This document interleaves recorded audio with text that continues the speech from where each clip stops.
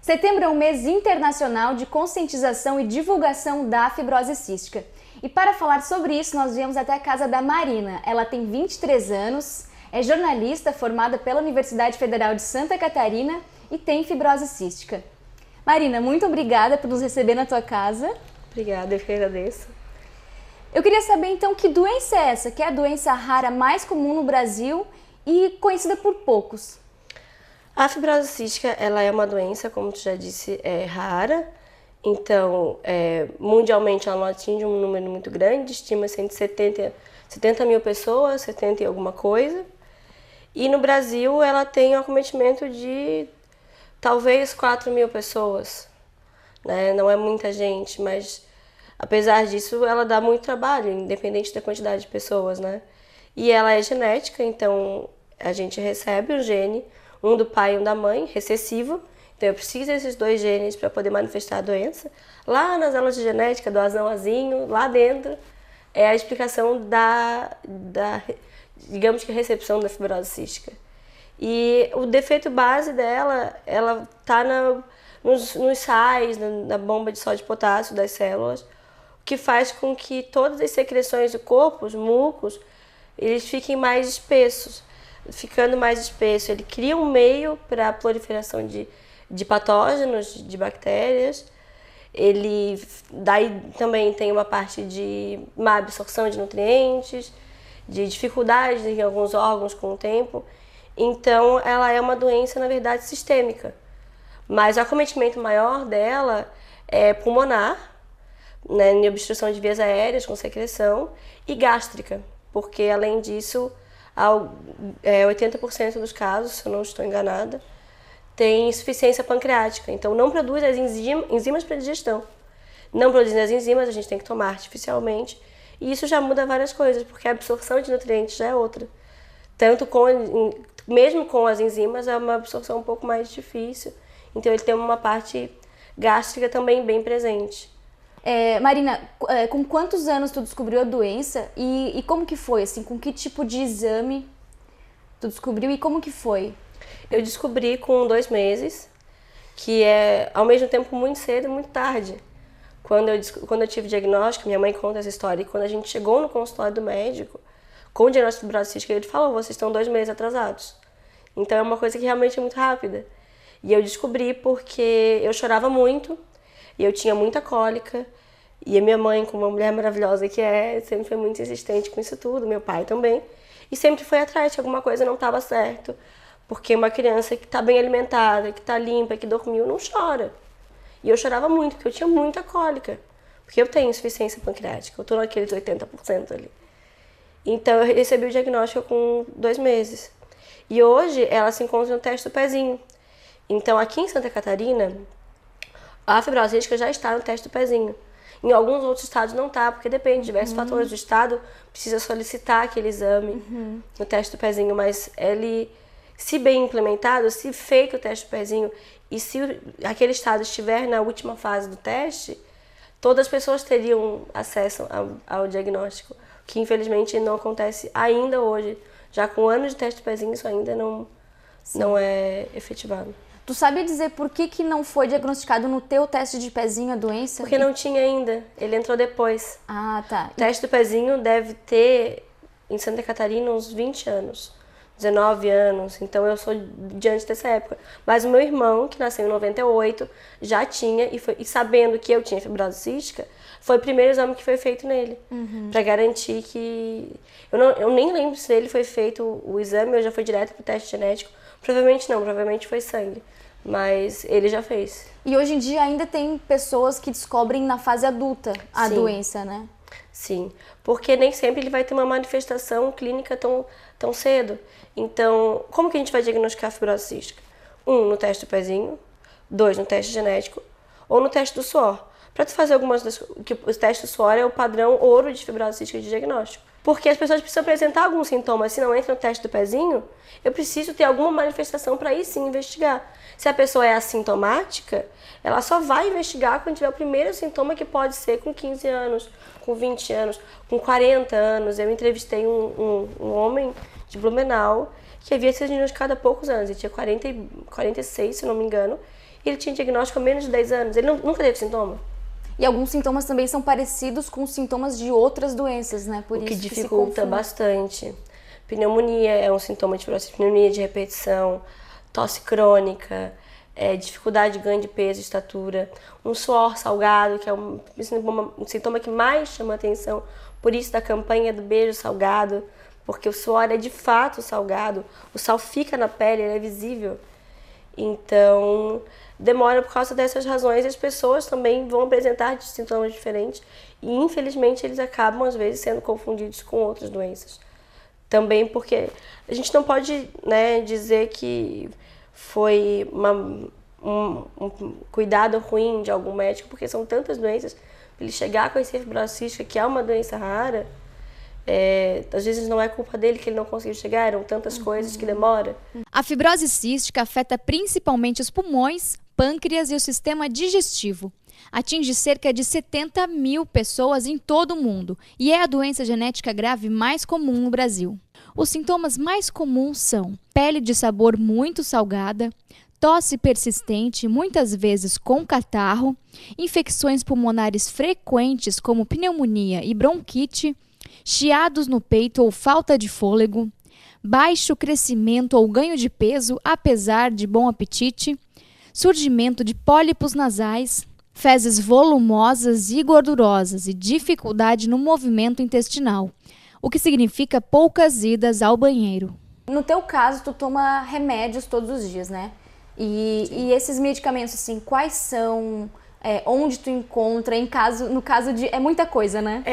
Mas, assim, no caso de viajar para outro estado ou de fazer um intercâmbio, como que funciona isso? Tu consegue encontrar em qualquer lugar essa lista? Se tu encontra no SUS também, Sistema Público de Saúde te fornece isso? Alguns remédios tem no SUS, mas é um número bem básico de remédios. E outros tu vai comprando, enfim, a necessidade que for. E dificilmente tu encontra em farmácia convencional pronto. O que acontece quando o SUS não fornece pra gente é a gente tentar encomendar da farmácia, mas às vezes o SUS não está fornecendo porque o Brasil não está recebendo, então nem a farmácia vai ter. Nem eu tendo dinheiro eu consigo ter acesso ao meu medicamento. Eu tenho que importar. Que acontece bastante também. Sobre intercâmbio, a gente tem um grupo de mulheres no WhatsApp falando de fibrose cística, assim, pessoas que além da doença têm afinidade, porque a afinidade existe, né? E a gente conversa bastante sobre intercâmbio e eu vejo das meninas que é uma programação muito grande. Quanto tempo eu vou ficar? Eu preciso ver se a farmácia libera remédio para 3 meses, que eu vou ficar 3 meses fora, ou eu vou ficar 1 ano. O que eu faço? Minha mãe vai tirar o remédio para mim e vai mandar para lá, porque o SUS está fornecendo um número de remédios, vitaminas, enzimas, alguns antibióticos, mucolítico, algumas coisas assim ele oferece. E aí outras que não entram, alguns remédios mais caros, mais específicos, aí ele não fornece mesmo e tem que ir atrás. Qual que é a importância de atividade física no teu dia a dia, na tua rotina, pro teu corpo? A atividade física, ela não é só tudo que a gente sabe de bem-estar, qualidade de vida, etc. Ela, para mim, é tratamento. Ela é tão essencial quanto a minha fisioterapia, quanto os remédios que eu tomo. Cada um dessas especificidades vai trabalhar em uma área. E a atividade física tem um papel fundamental. Antes você acreditava que, meu filho não vai fazer atividade física, vou poupar ele no colégio porque ele vai ficar cansado, ele vai tossir. Não, ele precisa ficar cansado, ele precisa tossir para tirar aquela secreção e para ganhar condicionamento. Então é importante saber o limite daquela pessoa, mas trabalhar a atividade física todo dia. Eu tô há 1 ano, né, agora em setembro fecha 1 ano, fechou em agosto eu acho, que eu faço atividade física regular, 5 vezes por semana, certinho. Com musculação, porque a parte de desenvolvimento de músculo também é importante para a manutenção do corpo, e com atividade de aeróbica, corrida, caminhada, pular corda, o que for, para aí ganhar o condicionamento respiratório e cardíaco também. Né? Existe algum órgão assim do teu corpo que a doença afeta mais? Ou é pulmões, pâncreas? Eu achava que tinha, mas aí vendo as rasteiras eu já acho que não tem mais nada. Acho que já tá tudo ali no meio, porque eu sempre tive comprometimento gástrico. Eu tomei enzima desde pequena, mas nunca tive, né? Só tinha cólica se eu não tomasse enzima, e sempre foi assim uma parte tranquila. E o pulmão, depois dos meus 15 anos, que eu fui colonizada com uma bactéria que ela lesiona o pulmão, assim, bem chatinha de tratar. O pulmão intensificou bastante. Tanto é que eu basicamente conheci internações, o que era internar com fibrose cística, depois dos meus 15 anos, depois dessa bactéria. E aí as coisas ficaram mais intensas. Mas olhando outras pessoas que eu pude conhecer através do meu trabalho com fibrose cística, eu vejo quanto disso tudo é plural e cada um tem o seu calo doendo em um canto diferente. Sim. As tuas internações, especificamente, assim, elas aconteceram porque os teus pulmões inflamaram, infeccionaram, por causa desse muco. Da bactéria, do muco que tá ali, que foi meio de cultura pra bactéria. Acho que posso dizer que, na verdade, isso tudo é muita sorte, porque eu podia ter internado por pneumonia, que eu nunca tive, muita gente já teve. Podia ter tido pólipos nasais, que eu não tive. Podia ter precisado de oxigênio, que eu não precisei, nunca usei. Então, as minhas internações sempre foram, exceto cirurgia, enfim, foi basicamente para administrar um antibiótico que não existe comprimido. Ele só tem endovenoso, então é endovenoso que ele vai ser feito. O oxigênio que tu fala é isso que a gente vê de vez em quando, pessoas na rua que carregam isso. O seu... É um cilindro, cilindro de oxigênio e precisam desse oxigênio 24 horas por dia. O que acontece? A oxigenoterapia, ela é indicada quando a saturação de oxigênio no sangue não está em valores acima de 92%, dependendo do caso. E aí se receita esse tratamento por muito tempo, por pouco tempo, depende de pessoa para pessoa, para poder, né, mandar mais ar para dentro. Se o pulmão não tá dando conta, a gente dá um jeito. Tem gente que usa só pra dormir, tem gente que usa, né, uso contínuo, depende. E aí quando ela cai muitas vezes, e com outros fatores de lesão, às vezes perda de sangue, né, hemoptise, e aí já é pensado em outros tratamentos e até também em transplante pulmonar, Sim. se for preciso. Pesquisas recentes mostram que parte dos sintomas estão baseados no tipo de defeito genético ou mutação que o gene tem. Há mais de 2.000 tipos diferentes de mutação para esse gene.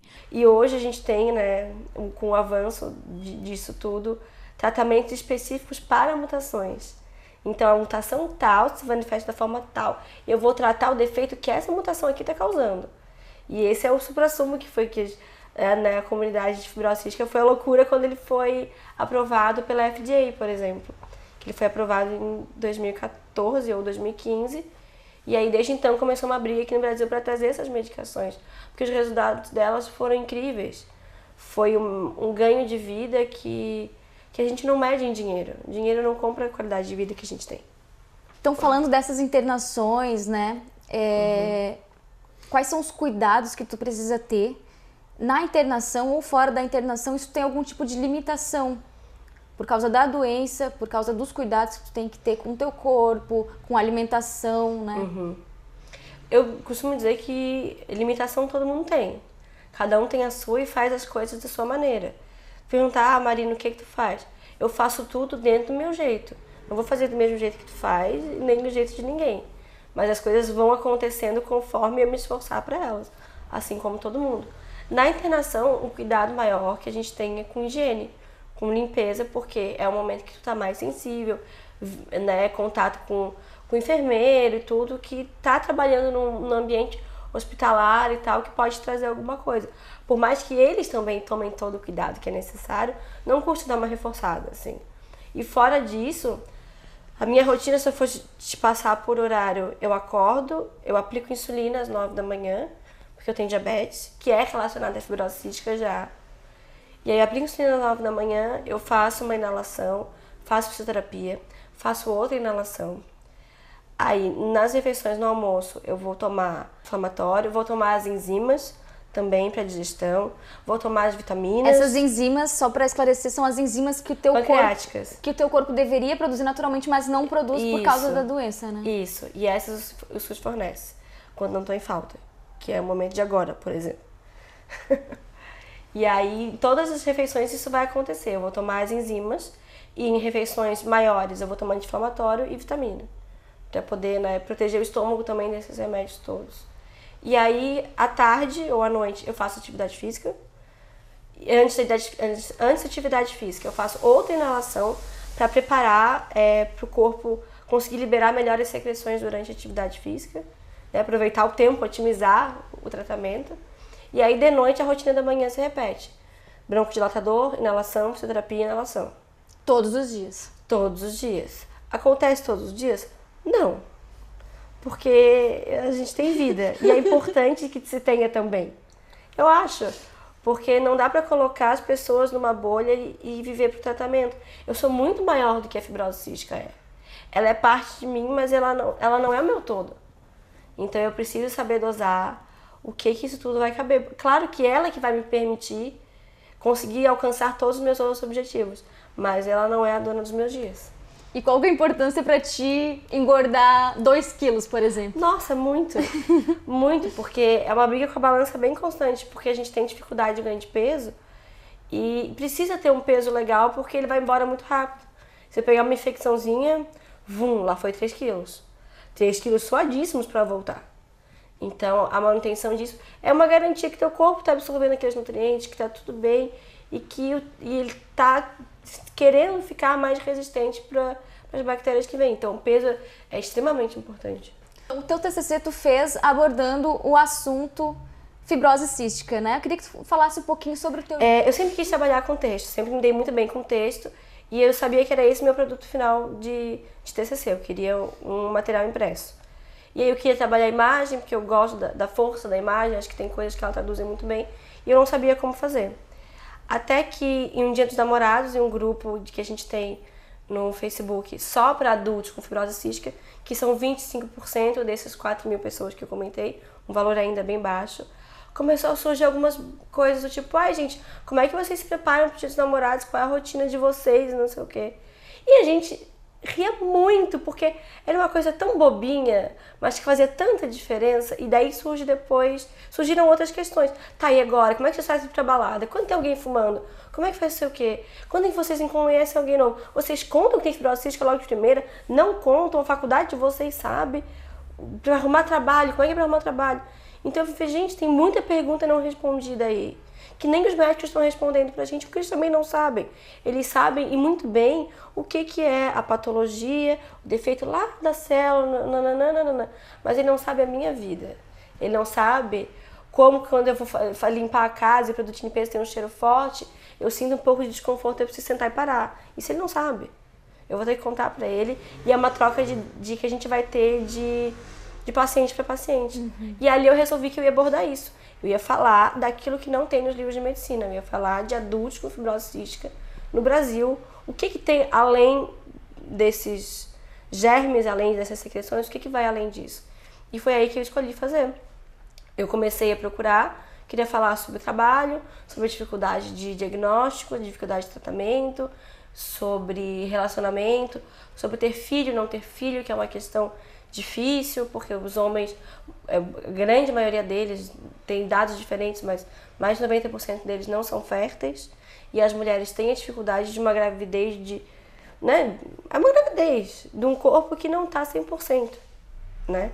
Então tudo isso acontece, mas ainda assim, existem homens que têm filhos, existem mulheres que têm filhos, e eles precisam contar essas histórias, porque é quando eles vão contar que eu não vou mais me sentir sozinha. Eu vou dizer, poxa, ele passou por isso e ele resolveu assim, vou tentar também. E foi aí que eu resolvi fazer.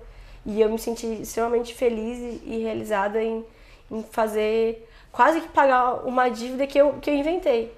Eu inventei que eu tinha essa dívida e eu precisava devolver para o mundo tudo aquilo que eu aprendi. Para que quem estivesse ali na mesma luta que eu trilhasse um caminho melhor e criasse novos caminhos, não os mesmos que eu já passei. Muito obrigada por nos receber na tua casa.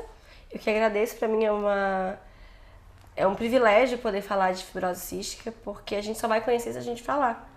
Então, tem outdoor agora em setembro espalhado por várias cidades, a gente passa, tem lá um bebezinho com um beijinho na testa, para chamar a atenção para a fibrose cística. A gente só vai conhecer se a gente falar sobre, então todos passam sempre muito bem-vindo e muito agradecido também.